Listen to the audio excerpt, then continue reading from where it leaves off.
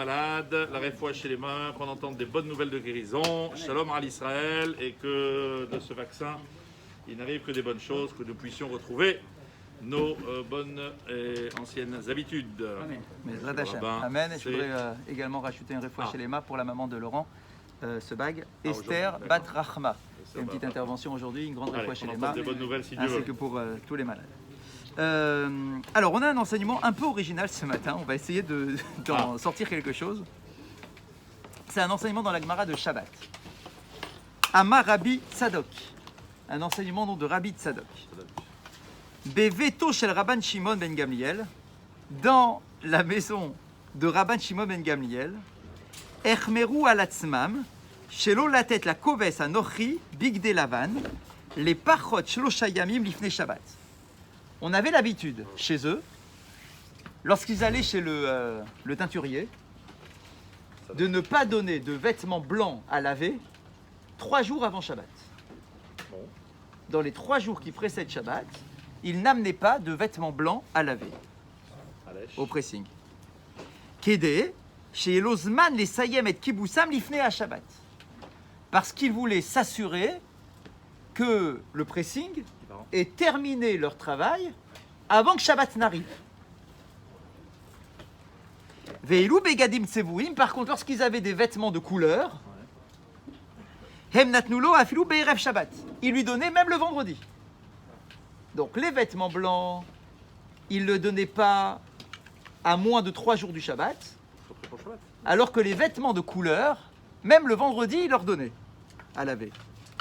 Umina gamze la manouche caché yoter kibous begadim alevanim, mais kibous begadim tzivronim. Et de là, on apprend qu'il est plus difficile de laver des vêtements blancs pour les rendre bien propres que des vêtements de couleur. Pourquoi? Puisque les vêtements blancs, ils ne voulaient pas les donner dès qu'on était dans les 3 jours avant Shabbat. Pourquoi? Parce qu'ils avaient peur que le non-juif en question travaille pendant Shabbat pour rendre les vêtements. Donc du coup, je leur donnais au moins un délai de 3 jours, parce que c'est le temps nécessaire pour qu'un vêtement blanc soit nickel, etc. Il leur faut 3 jours. Donc moi, j'ai pas envie qu'ils travaillent pour moi pendant Shabbat. Donc, et alors ils travaillent pour toi, non? Donc j'ai pas envie qu'ils travaillent pour moi pendant Shabbat.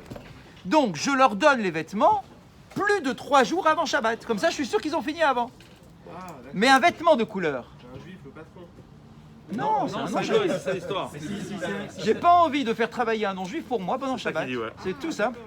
C'est tout simple la halakha ici. Enfin, je parle pas d'halakha, c'est de la Gemara. D'accord, ne posez pas aujourd'hui la question est-ce que vous avez le droit d'amener vos vêtements chez le pressing ou votre voiture chez le garagiste. C'est pas la question, je répondrai même pas à la question. Je ne répondrai pas. C'est pas la question. Vous avez précisé Goy. Bah oui, j'ai précisé Goy parce que c'est ce qu'il y a écrit.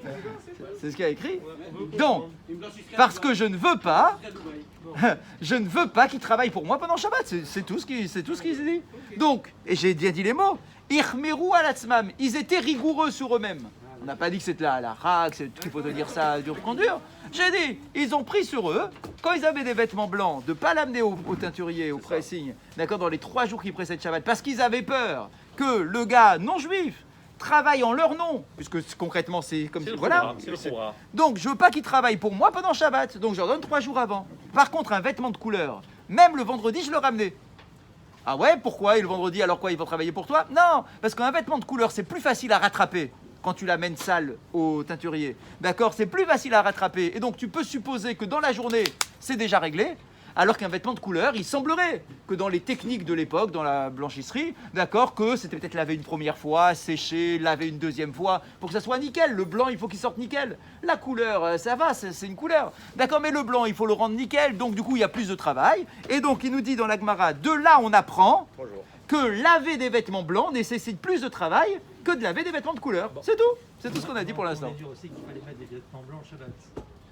On peut déduire 50 trucs, d'accord? Là, c'est pas du tout le sujet, mais oui, il faut mettre des vêtements devant le Shabbat, mais c'est pas du tout le, c'est pas le sujet. Alors? Bon, on est bon pour l'instant. Pour l'instant, bon, mais... Pour l'instant, je suis pas encore rentré dans ce qui était compliqué. Possible. Alors, qu'est-ce qui se passe?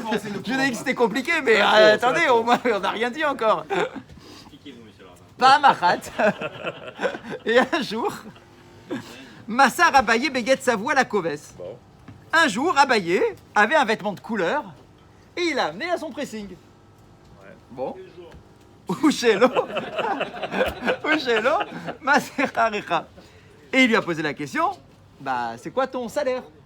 D'accord. Amarlo à Koves, Kimchir, chez Govim, le béguet de Lavan. Donc, imaginez, Abaye, il arrive avec son sac de vêtements de couleur, là. Il dit au teinturier, dis-moi, c'est quoi le prix? Dis-moi le prix, j'ai des chemises, combien c'est la chemise? Et le teinturier lui répond, bah, c'est le même prix, une chemise blanche ou une chemise de couleur, c'est le même prix. C'est plus dur. Amarlo Abaye, et Abaye lui répond, commence pas à m'arnaquer. Je sais de la parole des Chachamim, de ce qu'on a raconté sur l'histoire des vêtements blancs et couleurs, que c'est plus difficile de laver des vêtements blancs que des vêtements de couleur. Donc tu ne peux pas m'arnaquer en me disant que mes chemises de couleur vont coûter le même prix que les chemises blanches, parce que les chemises blanches, normalement, c'est plus cher que les chemises de couleur. Donc moi qui ai que des vêtements de couleur à t'amener, tu dois me faire un tarif de vêtements de couleur. Tu disais un prix sur les blancs. Et pas sur les vêtements de blanc, d'accord? Puisque s'il faut 3 jours pour laver les vêtements blancs, ça veut dire que ça demande plus de travail. S'il y a plus de travail, c'est normal que ce soit plus cher. Donc les vêtements de couleur, je veux payer moins cher que les vêtements blancs. Ouais. C'est bien? Bon ben, Kadish, Bon, voilà. on va Très s'arrêter bien, là. Daniel, Je crois qu'on a été au bout de ce qu'on C'est un pouvait cours pour le aujourd'hui. pressing. C'est un cours pour le pressing. C'est bon, on continue? Allez. On continue. Bechol divrei Chazal, gam be'elu anirim kipshutim, askim et kibbutz begadim, temuna chochmat chaim. On dit, tu sais quoi? Dans toutes les paroles des Chachamim, même celle-là, là, qui ressemble à rien, d'accord? On se dit, de quoi on nous parle? On ne sait pas de quoi on nous parle. On dit, même de paroles de ce genre-là, si c'est dans la Gemara, c'est qu'on veut t'apprendre quelque chose. D'accord? En dehors du fait que c'est plus difficile de laver des vêtements blancs que des vêtements de couleur. Et donc il y a dedans une chorma profonde. À nous de chercher la chorma profonde qui se cache dans l'histoire des vêtements. Quel est le rapport entre les vêtements et une approche spirituelle du sujet? Mais déjà techniquement. Hein, quoi techniquement? Non, j'ai rien de technique. C'est pas. Je sais pas. Le blanc, il doit attendre, il doit être avec d'autres. Pourquoi ça prend plus de temps le blanc? Mais le blanc, ça prend plus de temps. Mais regardez, quand vous lavez, complexes. quand vous lavez, Il soit mélangé avec d'autres blancs. hein? Parce qu'on a qui se mélanger avec d'autres blancs. Mais non, bon, non, mais ça- La machine à laver, frérot. c'est ça. Non, ça c'est chez vous à la maison. Moi, ma femme, elle attend rien, j'ai que du blanc. Ma femme, c'est l'inverse, c'est quand il y a du couleur qu'elle se dit qu'est-ce que c'est que ce truc. D'accord, donc ici, on n'est pas ici sur la technique des pressings. On veut savoir qu'est-ce que ça nous apprend. Qu'est-ce que ça nous apprend spirituellement, d'accord? Alors. Le Gaon de Vilna. Oh là là, ça monte. Donc on est sur de haut de gamme là, ici on n'est pas en train de On va rigoler. grimper là. Donc le Gaon de Vilna, Mochiyar midivrei Chazal, donc il va déduire de cet enseignement anodin de nos Chachamim, Shemidotav shel Adam, Nikraot Begadim. Ah ouais. Voilà. Les traits de caractère de l'individu, Ouais. c'est ce que l'on appelle nos vêtements. Oh là là là là. Eh ouais. Bon, je m'en vais. Ça commence mal, ça va mal finir. Les traits de caractère, nos traits de caractère, ce sont nos vêtements. Pourquoi il dit que nos traits de caractère sont nos vêtements?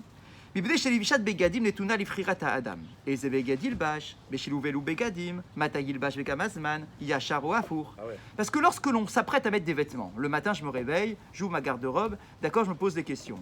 J'ai plein de questions avant de m'habiller. Lesquelles je vais choisir aujourd'hui, avec lesquelles je vais associer le haut et le bas, combien de temps je vais les garder, est-ce que je vais les mettre un peu de travers ou convenablement, etc. Il y a plein de questions autour de nos vêtements. Eh bien, nos maîtres nous disent, de la même façon, tu dois réfléchir sur tes traits de caractère. Et savoir, parmi les différents traits de caractère qui existent dans les caractères humains, de savoir lequel tu veux prendre, avec lesquels tu vas les associer, quel trait de caractère, comment, combien de temps tu vas le garder, comment tu vas le développer, comment tu vas le machin. C'est exactement comme des vêtements, c'est ce qui t'habille. Le vêtement, c'est ce qui t'habille vers l'extérieur. Nos traits de caractère, c'est aussi la manifestation de ce que nous sommes vers l'extérieur. Les rachamim mitchesarir, est-ce qu'il faut un peu de rachmanout, donc de miséricorde? Est-ce qu'il faut un peu de sévérité? Est-ce qu'il faut de la générosité? Est-ce qu'au contraire, il faut être un peu avare, etc. C'est comme des vêtements. Je fais une sélection de voir comment est-ce que j'habille mon comportement. Ushne suge midot le'adam. Et dans les tempéraments, il y a 2 catégories. Il y a 2 grandes catégories de tempéraments, nous dit le Gaon de Vilna. Yesh techunot mouladot, chez Adam noladimam. Il y a des traits de caractère qui sont innés. T'es comme ça, d'accord? C'est ta nature. T'es né comme ça, d'accord? Et tu le développes tout au long de ta vie, c'est ta nature première. Veyesh techunot chez Adam margilatzmo bahem. Et il y a d'autres traits de caractère dont on fait l'acquisition. C'est pas inné. mais je trouve que ce sont des jolis traits de caractère et j'ai envie de les acquérir.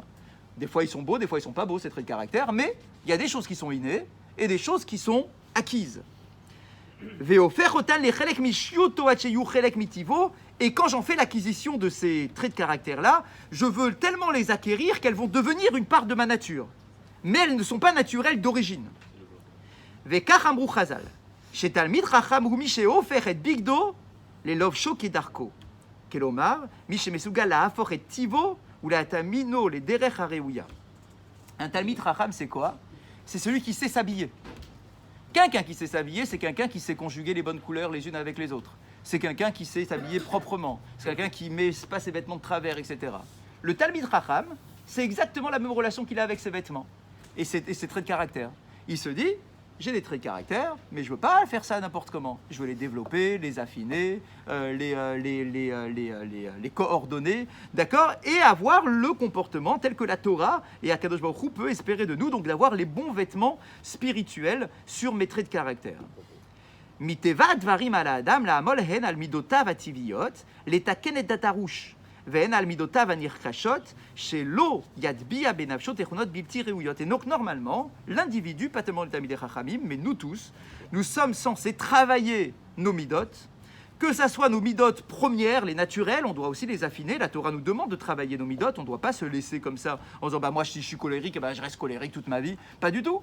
D'accord, les midot se travaillent et de faire attention donc non seulement à tes midot naturelles que tu dois affiner et les midot que tu cherches à acquérir, de bien les choisir.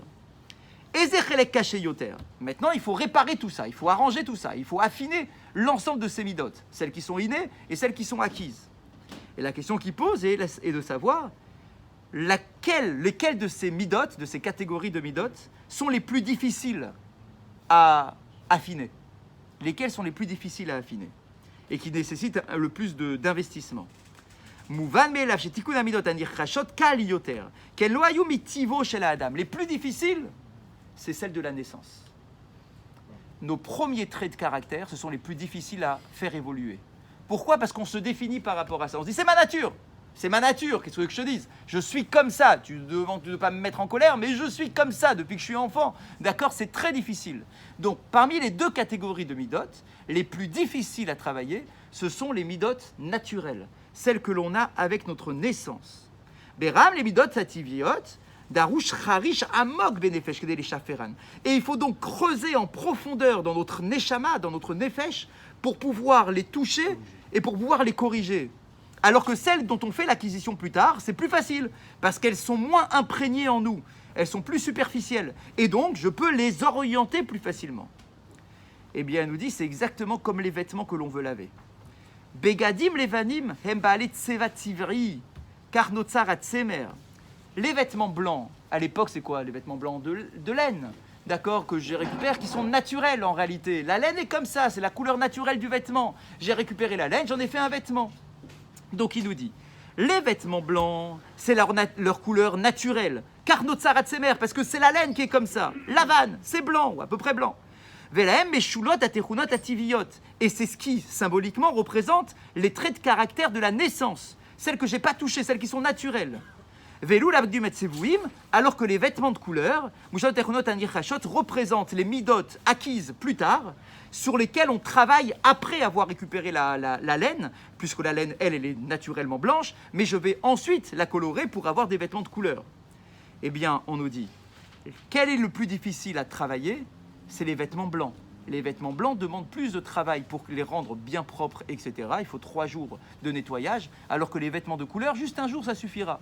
Eh bien, symboliquement, on est en train de nous dire, les midotes naturelles de l'être humain, elles nécessitent un travail, mais c'est un travail qui est beaucoup plus difficile. C'est comme les vêtements blancs, il faut 3 jours pour les laver, parce que c'est ta nature profonde, c'est très difficile de toucher ton système premier en réalité. Alors que les vêtements de couleur, qui représentent les midot dont on fait l'acquisition plus tard, il faut juste 1 jour pour les laver, ça veut dire que c'est moins difficile à travailler en profondeur. Moshe Bachaim, Aïskim, Yadoua, chez Iev Charlatzet, et il nous dit c'est exactement dans notre vie pareil. Dans notre vie, quand on a envie de toucher quelque chose en profondeur, que ce soit dans le milieu professionnel, dans le milieu personnel, etc., quand tu veux toucher à quelque chose qui est plus profond, plus inné, ça nécessite plus de travail. Pour pouvoir pénétrer à l'intérieur, il va falloir écarter pas mal de choses, etc. Alors que quand ce sont des choses qui sont greffées plus tard, c'est plus facile à travailler. Et donc, ce sont ces deux couleurs de vêtements. Les vêtements blancs, la mida première de notre naissance, sur lesquels il faut 3 jours de travail pour les nettoyer, donc plus long à travailler. Les vêtements de couleur, ce sont les midotes supplémentaires que l'on acquiert avec l'expérience, d'accord, mais qui sont plus malléables, effectivement, et que l'on peut nettoyer plus facilement. Autant changer, c'est super difficile. Changer, c'est impossible. La halakha nous dit, tu ne peux pas retirer une mida, c'est impossible. Mais, une fois on en avait parlé ensemble, la mida, c'est une énergie. Cette énergie-là, tu peux la canaliser et la transformer en bien. Mais tu gardes l'énergie. Je ne veux pas que tu tues l'énergie. Parce que un désir, un plaisir, etc., c'est des énergies. Ces énergies-là, c'est des énergies vitales. On en a besoin et c'est ce que nous sommes. D'accord ? On a tous des énergies différentes qui nous poussent vers différentes choses. Et l'étouffer, ça n'a aucun sens. Parce que l'étouffer, ça va te frustrer, tu ne vas pas te sentir bien, tu ne vas pas te sentir épanoui, d'accord ? Et ce n'est pas ta source de vie. Alors que si au contraire, tu la canalises, tu la travailles, c'est pour ça qu'il nous dit, on n'a pas dit que tu dois jeter le vêtement. Tu ne jettes pas le vêtement, tu le nettoies. Ça demande 3 jours, les vêtements blancs. Parce que voilà, il faut du temps. Mais en fait, le travail en question, c'est quoi ? C'est pas de retirer la mida. Le travail, c'est d'orienter la mida pour que tu trouves quand même ton épanouissement et que tu n'étouffes pas ta force de vie que Akadosh Baruch Hu t'a donnée. Il ne faut pas oublier que nos midotes, c'est Akadosh Baruch Hu qui nous les donne. D'accord ? Donc du coup, si c'est Akadosh Baruch Hu qui nous les donne, c'est que je peux en faire quelque chose de bien, de positif. Donc je dois laver ce truc-là. Je ne dois pas le jeter, je le lave. Mais c'est le vêtement blanc. Il est plus difficile à laver que le vêtement de couleur qui, lui, nécessite qu'un seul jour. On avait dit, les sanguins deviennent shochet. Exactement. D'accord, c'est ce qu'on dit. Ceux qui sont sous l'impulsion de Mars. Mars, c'est rouge, c'est le sang. D'accord, mais le sang, c'est 2 choses. Soit tu deviens criminel, soit tu deviens shochet ou moël. D'accord, ça veut dire quoi ? Ça veut dire que le tempérament, il est en toi, mais à toi de savoir comment tu veux l'orienter. C'est exactement pareil pour tout. L'électricité, soit c'est une source de vie, de lumière, de clarté, etc. Soit c'est la chaise électrique qui t'amène la mort.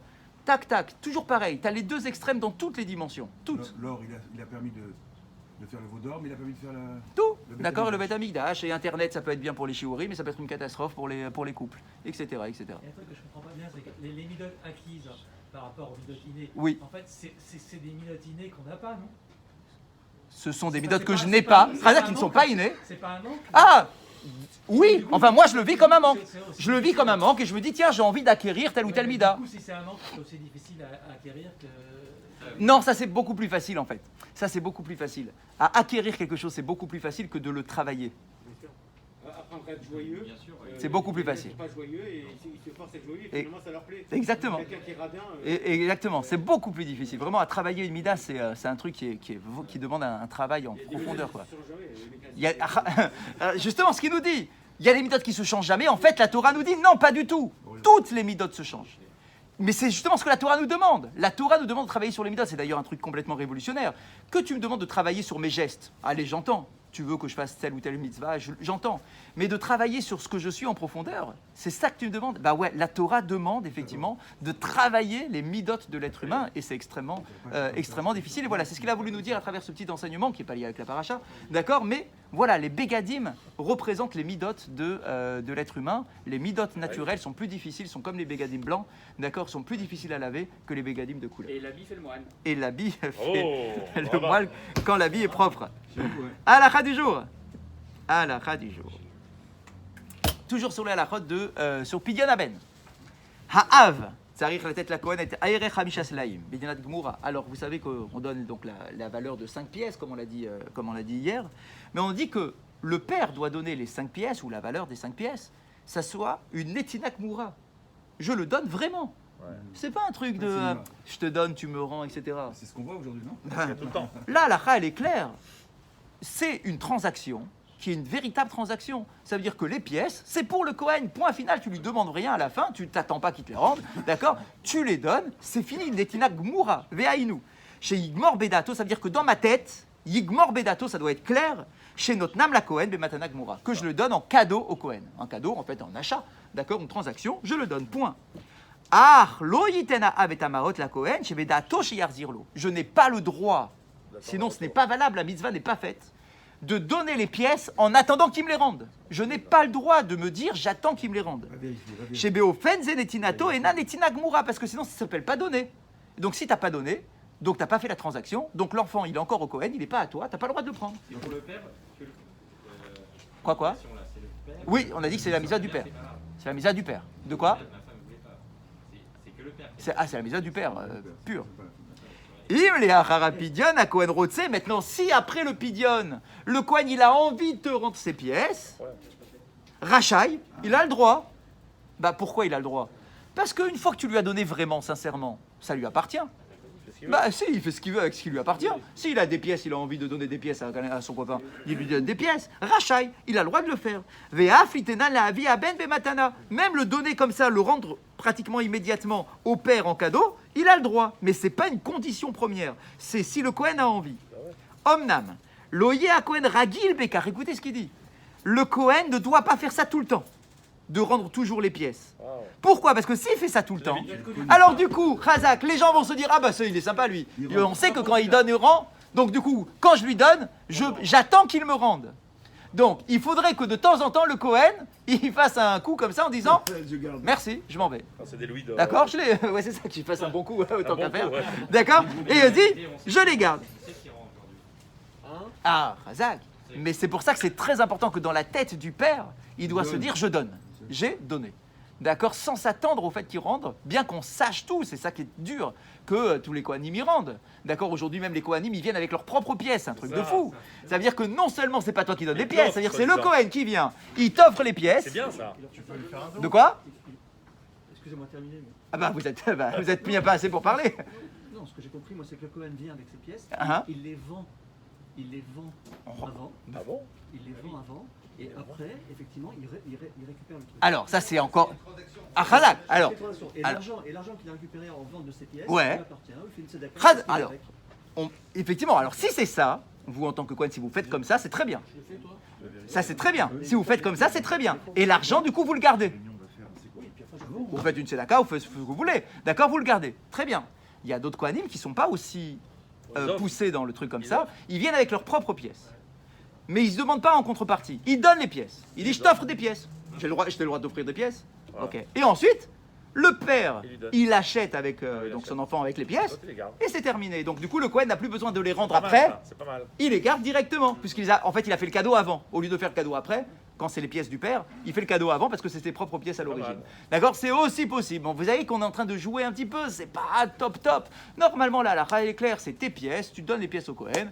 D'accord? Et c'est terminé l'histoire. D'accord? Tu n'exiges rien et tu n'attends rien en Moi, je veux que mon contrepartie. fils soit Cohen. Quoi? Moi, je veux que mon fils Ah non, soit ça marche pas. Mais comment tu veux? Quoi, s'il tu lui Cohen. laisses? Je veux qu'il soit Cohen. J'ai toujours rêvé d'être Cohen. Ah, S'il lui laisse l'enfant, je te le laisse. voilà. Bah lui, le pauvre, il en a 10 à la maison, il sait plus quoi en faire. Il a 10 petits 8 ans comme ça. Razak Baou. ربي حنان من غش وما